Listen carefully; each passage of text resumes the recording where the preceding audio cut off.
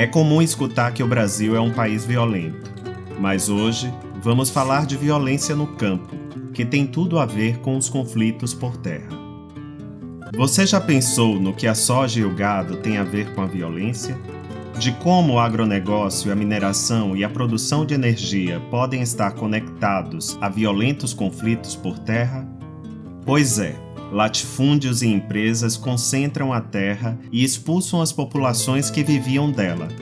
Essa é a raiz da violência e da resistência que atravessa a história do Brasil. O campo brasileiro está manchado de sangue.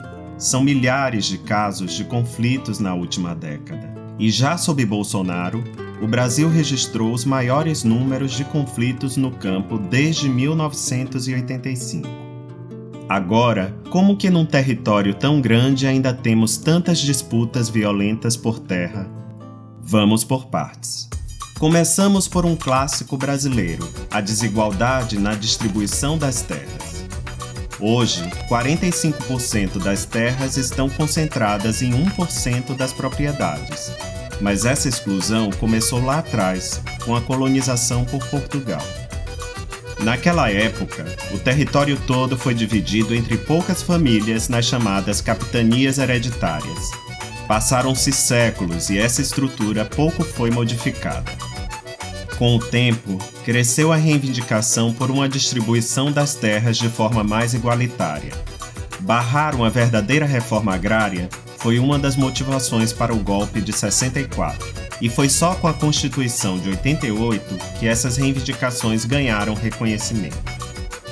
A Constituição estabelece a função social da propriedade, determinando que as terras devem ser usadas de maneira produtiva.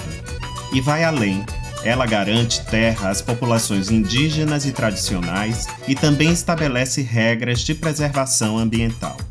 O que nos leva ao próximo ponto. A importância da riqueza ambiental para entendermos os conflitos no campo.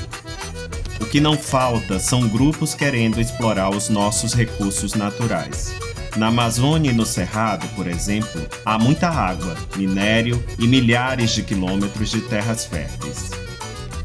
Há séculos, diversas comunidades tradicionais ocupam essas áreas, e ao longo dos anos cresceram os estímulos para que o agronegócio se expandisse sobre a região.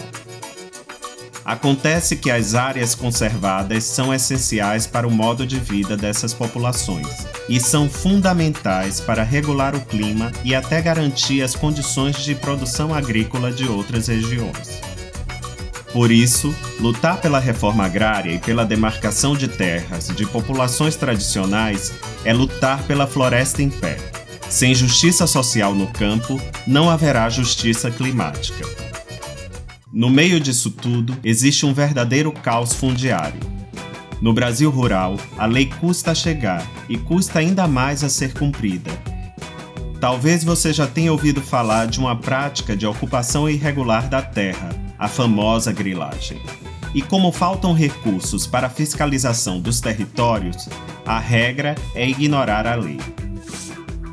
Conhecidos, a missionária Dorothy Stang e o sindicalista Chico Mendes não foram os únicos a tombar em defesa da floresta. Nos últimos 35 anos, mais de 250 pessoas perderam a vida em razão de conflitos no campo. Mas por que o poder público não dá conta de cumprir a Constituição e mediar as disputas entre os vários interesses? A resposta passa pela política. O Congresso Nacional é palco de influências diversas de lobistas e empresários, que reforçam os interesses de bancadas parlamentares como a ruralista. Mas calma, vamos recapitular tanta informação. Tem muita gente sem terra e tem gente que reivindica o direito de habitar e cultivar de outros modos.